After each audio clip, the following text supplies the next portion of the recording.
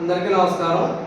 Babaji Dhyanashramam YouTube ప్రేక్షకులందరికీ నమస్కారాలు తెలియజేస్తూ, ముందుగా ఈ ధ్యానాన్ని అందించిన బ్రహ్మర్షి పితామహ పత్రిజీ గారికి నమస్కారాలు తెలియజేస్తూ, మహావతార్ బాబాజీ గారికి నమస్కారాలు తెలియజేస్తూ, ఈరోజు మనం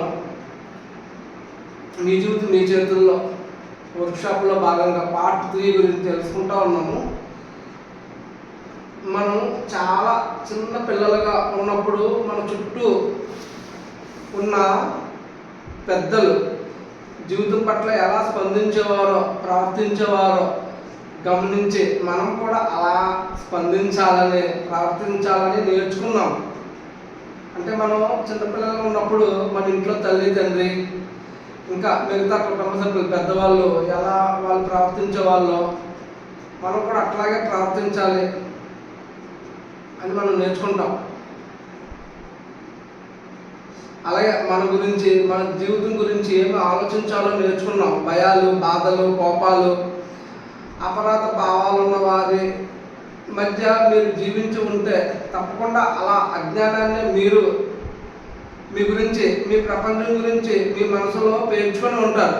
అంటే మన ఇంట్లో కుటుంబ సభ్యులు వాళ్ళకి ఉన్న భయాలు, కోపాలు, అలా అపరాధ భావన, అంటే తప్పు చేయకపోయినా చేసామనే భావన, అట్లా వాళ్ళు ఎలాంటి ఆ కోపతాపాలు, ఎలాంటి భావాలతో ఉండేవాళ్ళు, మనం కూడా అయ్యే భయాలు, అలాగే కోపాన్ని, అపరాధ భావాన్ని మనం కూడా మన మనసులో వాటినే తీసుకుని ఉంటాం. ఇవాళ మనం ఏమనుకుంటాం, నేను సరిగ్గా చేయను, నేను ఏది సరిగ్గా చెయ్యను అని మనం ఏదైతే అనుకుంటాం, మనం అలాగే ఏం చేయకుండా ఉంటాం. అలాగే తప్పు అంతా నాదే, అక్కడ మనం ఏ తప్పు చేయకపోయినా ఏదైనా పొరపాటు జరిగిన తప్పు అంతా నాదే అనుకోవడం, నాకే కనుక కోపం వస్తే నేను మనిషిని కాను, ఇలాంటి భావాలు చూడండి. ఏదైనా ఒక మళ్ళీ ఏదైనా అన్నప్పుడు,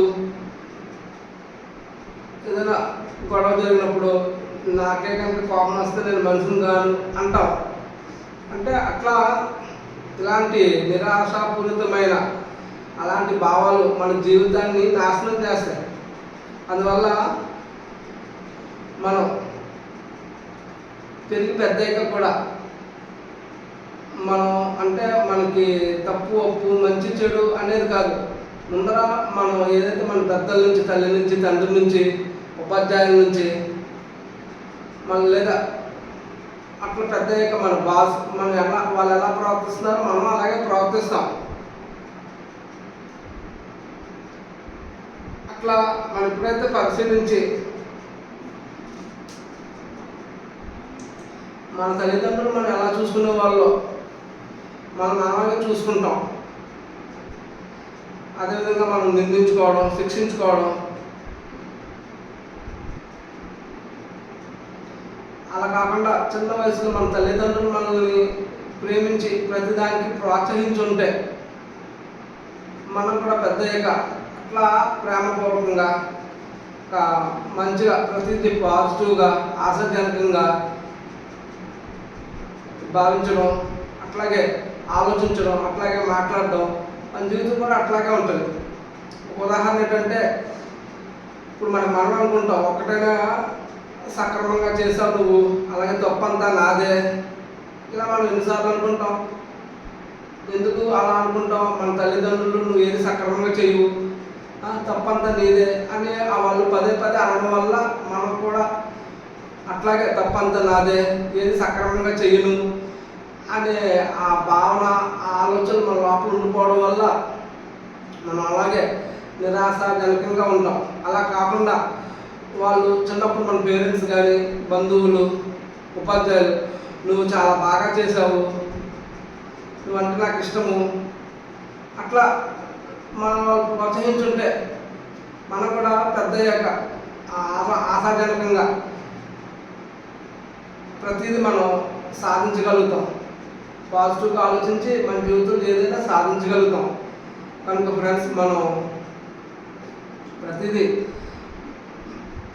మనల్ని అప్రిషియేట్ చేసుకోవడం,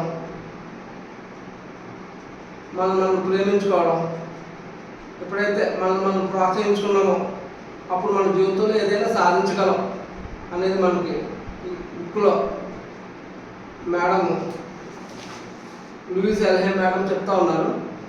థ్యాంక్ యూ మాస్టర్స్.